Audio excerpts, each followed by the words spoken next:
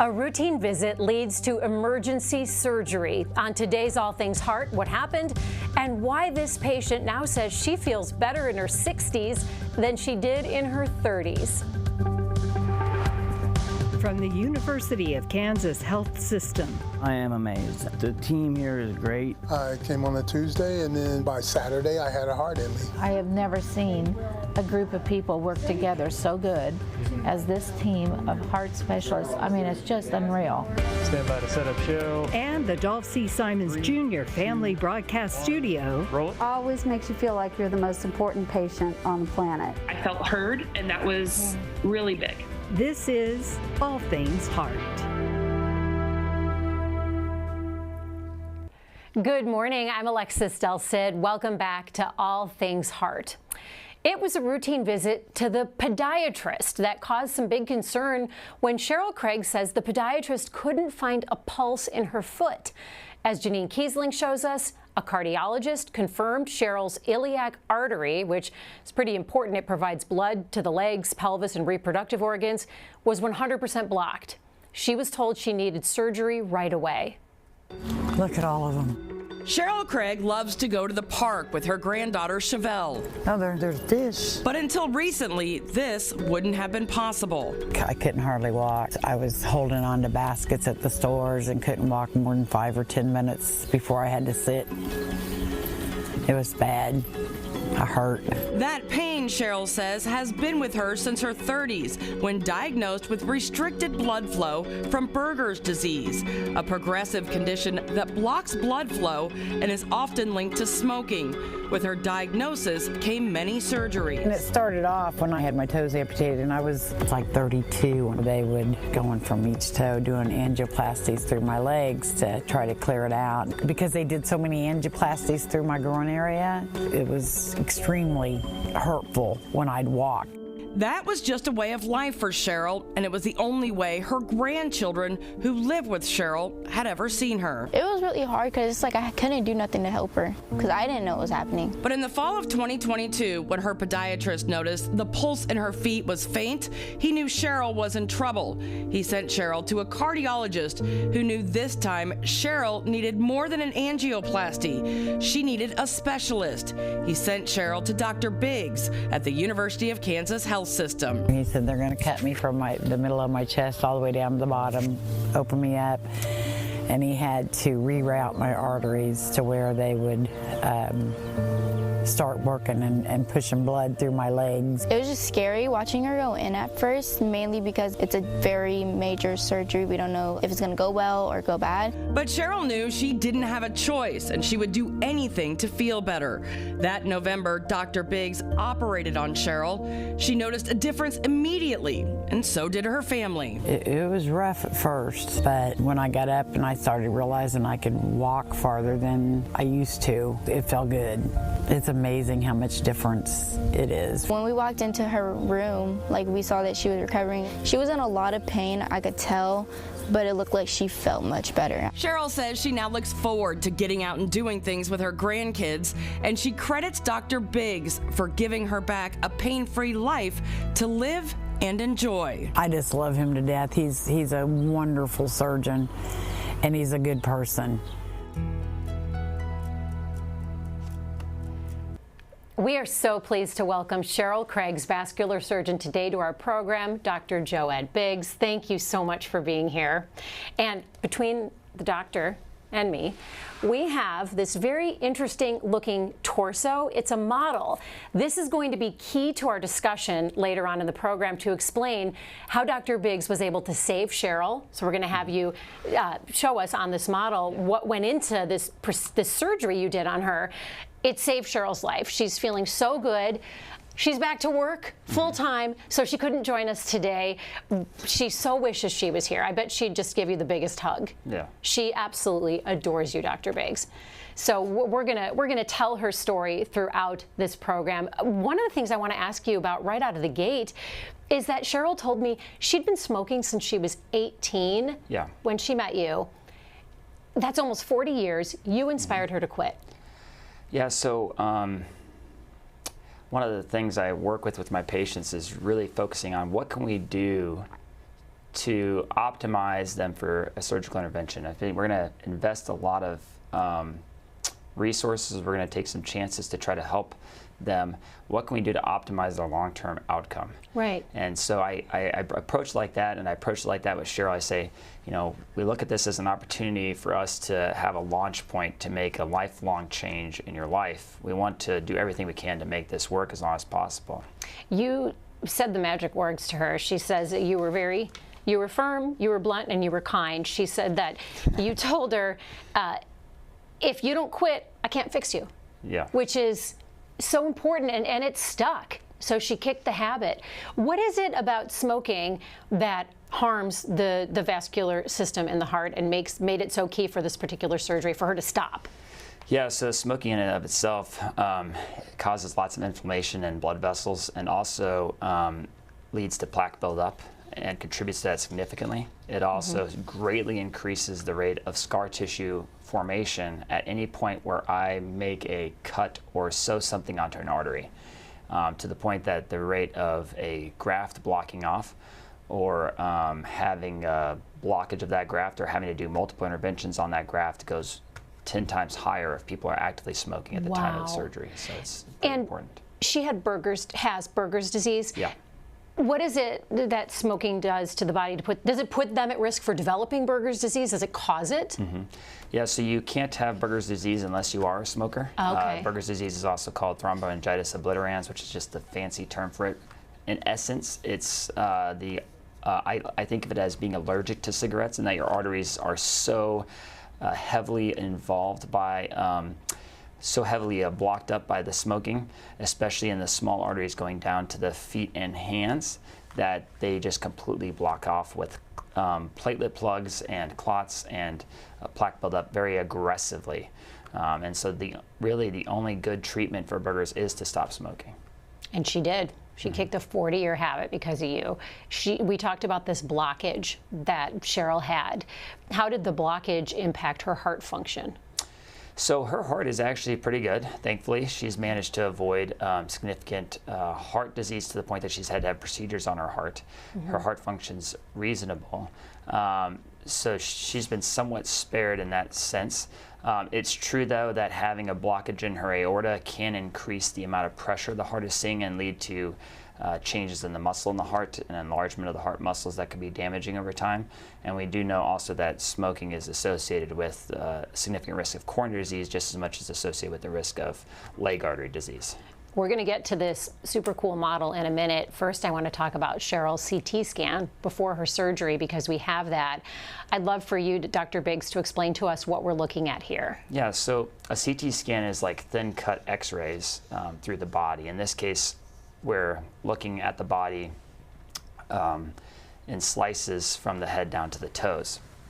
What is that? That circle is showing where there is what we saw before was healthy aorta up by the kidney arteries and by the intestinal artery. And then right now we're seeing where the aorta is completely blocked with plaque or clot. There's just no flow going there at all. And if we keep going, we can see where Cheryl had previous stents placed down in the common iliac arteries, which is the first part of the arteries that go to the leg. And then that blood flow comes back when we get down to the lower part of the belly arteries there and the external iliac arteries, where there's restoration of flow through other pathways. But that blockage is long, basically from right at the kidney arteries all the way down to all the way down to those stents. You had to perform something called an aortoiliac bypass. As Cheryl said, you told her, I don't know if you said it this way, she said, he's got to slice me open and reroute my arteries, which sounds dramatic. Well, how did you break the news to her? And I'm going to lift up this model so you can help explain what it is in a little bit. But yes, absolutely. How do you tell a patient, I got to cut you open and reroute your arteries? So I do tend to be relatively straightforward and honest, and as she said, blunt. So I'll say, you know, one of the reasons that it was important that we talk about surgery is because we're trying to make sure that we don't limit any issues or don't cause any issues with the kidneys. And since our blockage came up to the kidney arteries, in that situation, surgery really is a great option to make sure that we keep blood to the kidneys when we do this reconstruction or rerouting of the blood vessels. So you said it how it was, which Cheryl is so sweet. I've talked to her a lot on the phone. She's very straightforward, and you're the Cheryl whisperer. She quit smoking, and she adores you, and you were able to talk to her about this very complicated surgery. So now to the model, an aortoiliac bypass. What exactly do you do? This is obviously, explain what this is and what you do. So this is a model of the aorta. This is actually going to show a little bit of an aneurysm here, which would be enlargement. But in Cheryl's case, she had blockage. Either way, her blockage extended from right up here, which would be where the level of the kidney arteries is. Where is this on her body? Or are these her? Sorry. So rib? On the body, this would be where the diaphragm is, or the rib cage is kind of up here. Okay. And then this would be where your kidney arteries are. This is kind of representing the kidneys here. Okay. And this is way down in the back, so in the belly, way deep down, almost by the spinal cord is where we're talking about. Way so back way in back, the belly. Post, behind the intestines and everything. So like if you were to look through her belly button, would it be about there?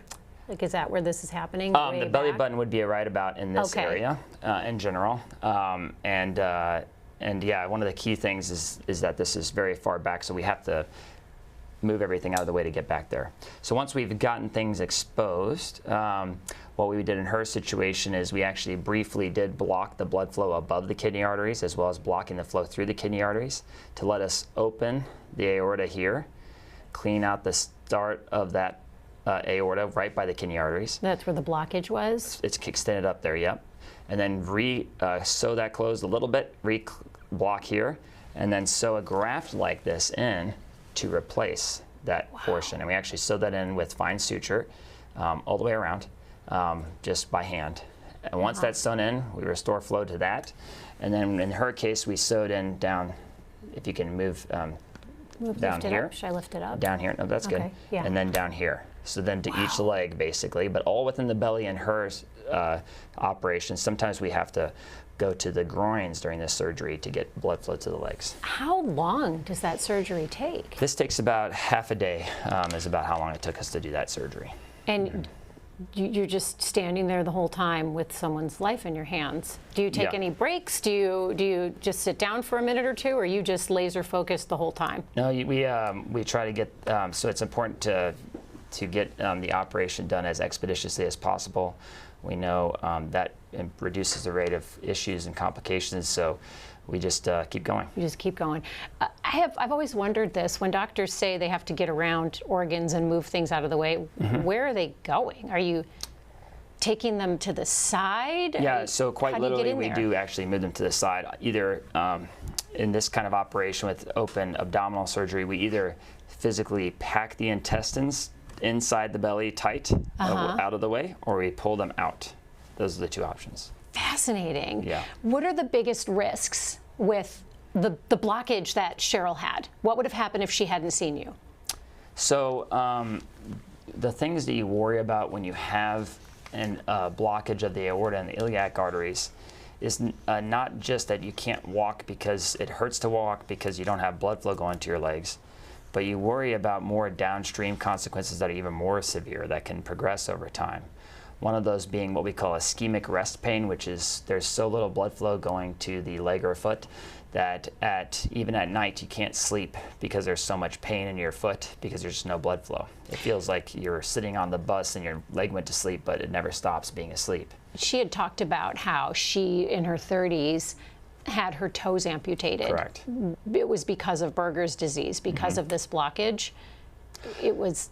Well, so actually that's interesting. So when she was in her 30s, she didn't have this complete blockage of the aorta. Okay. She had different blockages lower down. But definitely you'd be at risk of developing new wounds, new ulcers, or new issues like that that would need toe amputations, things like that, if a blockage like this was not addressed. Was Cheryl an extreme case, or do you commonly see people that come to you who've already had amputations because they have so many other problems going on? So that does happen. Often this is, so blood vessel blockages are a lifelong problem often, Right. because of the things that contribute to them. So if you've been smoking your whole life, you're at risk of having had prior issues and then now having ongoing issues like this. That is true. It's an extensive surgery, as you just talked about, rerouting the arteries. What's a typical recovery for a patient? So from this kind of surgery, I usually tell them about 5 days to a little over a week in the hospital. And most of that recovery is focused on first in the first period, making sure there's no major complications or issues, and then letting the intestines recover to let them wake up from surgery, and also working on pain control and walking and mobility. And so that's kind of the progress there. Cheryl repeatedly has said, and she said it again last night when we were texting each other, she feels better now in her 60s than she ever did in her 30s. She also said she's lost 70 pounds since this surgery. Is that typical, or is Cheryl the model patient?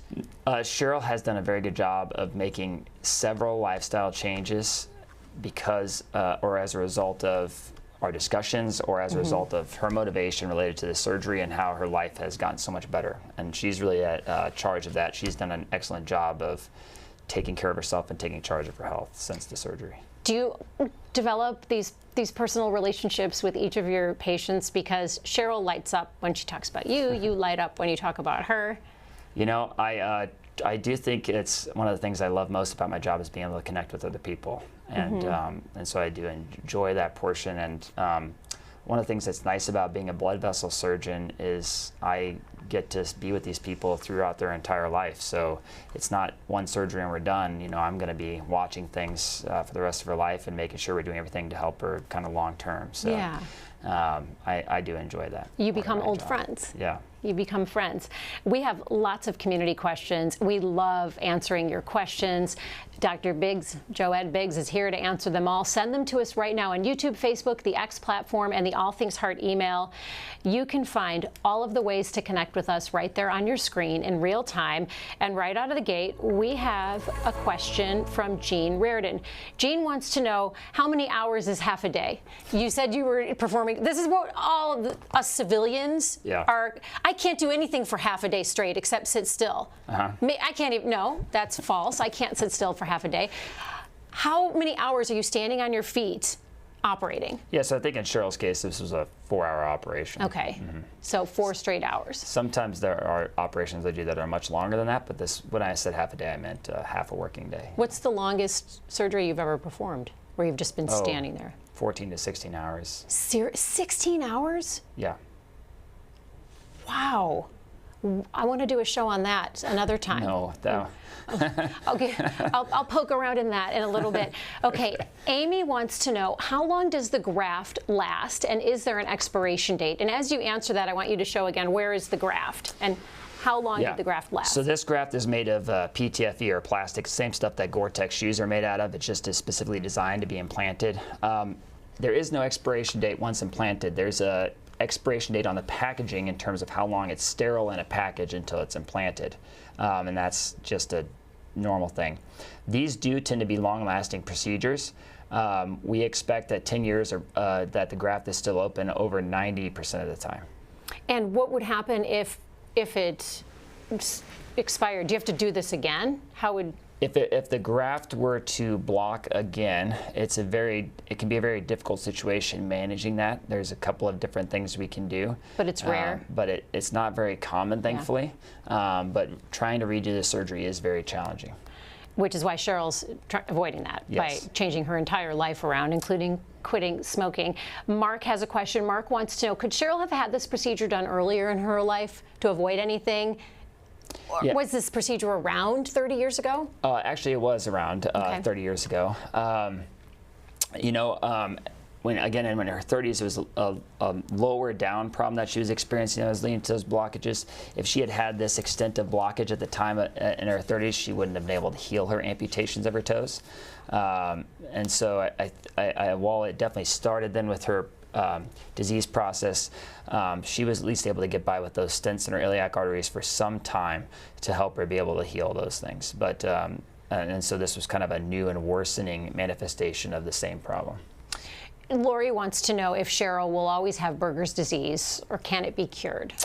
If you're not smoking, you no longer have a problem, meaning Nice. that you're not going to progress. Now, whatever blockages were there are not going to necessarily get 100% better, but at least things aren't going to get worse.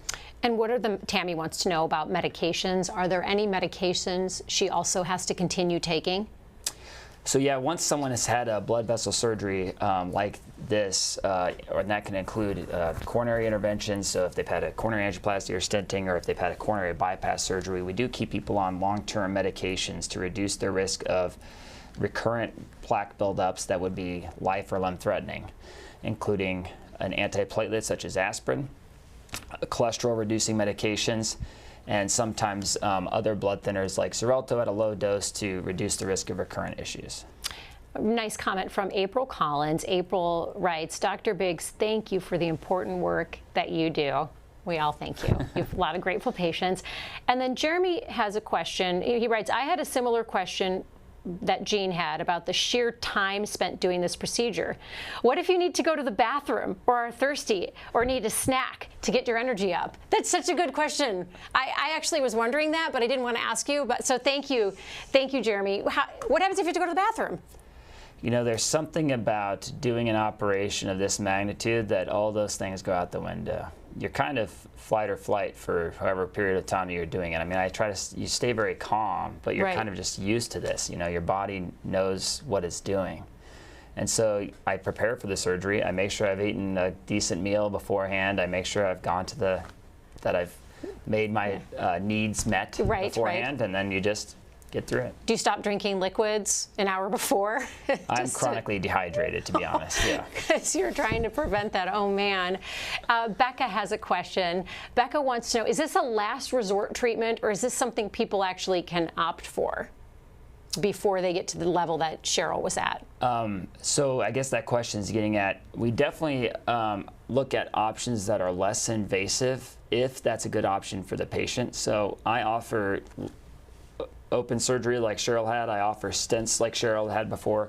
So it just depends on what's best for the person I'm talking to, what would work best for them to try to improve blood flow to their legs in this situation. It's time now for our final thoughts of the program. And I told you how Cheryl and I were texting last night. She's so sad she couldn't make it, but she did send me this text. She writes, this is Cheryl's final thoughts. I want to thank Dr. Biggs for taking such great care of me. I could not have asked for a better surgeon. He saved my life. I am so very grateful. I can now do things I never could before. I can even mow the lawn, which is something I love to do. I can shop with my granddaughters. I always tell people that if you have a vascular problem, you have to see Dr. Biggs because he is one of a kind. The health system did not pay Cheryl for this endorsement. She loves you. Yeah, she's very kind. What's your reaction hearing a patient talk about how you changed their life, and she feels better now in her 30s than she did in her 60s? I'll be honest, I loved that video that you all showed at the start of the program. It's so nice to see her being able to enjoy life, walk with her granddaughter, enjoy the things that we all enjoy. It's the small things that make such a big difference, and to have been a part of her story, I feel pretty blessed. And we're blessed to know you, and Cheryl and her grandchildren are so happy that she's back and she's healthy. We love sharing the incredible work that our doctors do here at the health system. It's amazing. We also love showing our viewers what life is like for our doctors outside of the hospital walls. Now for a secret look into the guardians of healthcare at the University of Kansas Health System. Let's go behind the mask. Dr. Biggs, you are so interesting. So let's get first to your beautiful family. You have three little ones at home. Yeah. What are their ages? 5, 4, and 2. My oldest is Emma. She's in kindergarten. Are you sleeping? There. We do get sleep around our house all these days, yes. And your wife is a physical therapist? Yes, she's a physical therapist, and she's now doing the hard job of staying home and managing the household, I like to say, and helping the kids. That's a sign of a good partner. Dr. Biggs, right out of the gate, said she's the one with the hard job. Yeah. Right? Where are you here? This is in Breckenridge just recently. Nice. It was an April ski. It was pretty fun. Are you teaching your little ones how to snow ski? Yes. I mean, I've gotten Emma on the slopes a couple of times. More to come on that. So, yeah. See, and did any of them talk about wanting to be a doctor? Actually, my my oldest does actually. We'll Really? see. We'll see how that goes over time. But she wrote it on her little first day of kindergarten that she wants to be a doctor. Wants to be a vascular surgeon? We'll see. Well, that would be pretty cool. Another thing I learned about Dr. Biggs is you're learning how to play the piano to relax. Yes. Mm-hmm. Yeah, I find it a good way to, learning a musical instrument, a good way to kind of decompress after stressful long days, and also something to do with my children because they're also learning. Right. And so something I always wanted to do, so I've been doing that. Oh, and by the way, as the show open was rolling, by the way, I'm starting a farm. That's what he told me. So we're going to bring pictures of all this stuff. I'm going to get you to send me video of you playing the piano and your farm. What inspired you to start a farm? You have 3 little kids. You're a surgeon. You're busy. So it was always my wife's dream to own horses and ride them in shows, and now we're also going to be breeding horses. So we are making those dreams come true. You're doing everything. Well, thank you so much for being with us today. Absolutely. And a huge thank you to Cheryl for sharing her journey. Cheryl, don't worry, we will send you a copy of this program, and she would just give you the biggest hug if she was right here. Thank you for watching and joining the conversation and sending in all your questions. Coming up next week on All Things Heart, a years-long journey to save his failing heart, how Brian Pitts went from patient to survivor and now thriver on an incredible mission. That's next Thursday at 8 a.m. Coming up tomorrow on the Morning Medical Update, gestational diabetes, a condition that often has no symptoms, catching pregnant women by surprise and putting their babies at risk. I'm Jessica Lovell on the next Morning Medical Update, the danger for both mothers and baby, plus how experts teach expecting moms to protect their metabolic health. Friday at 8.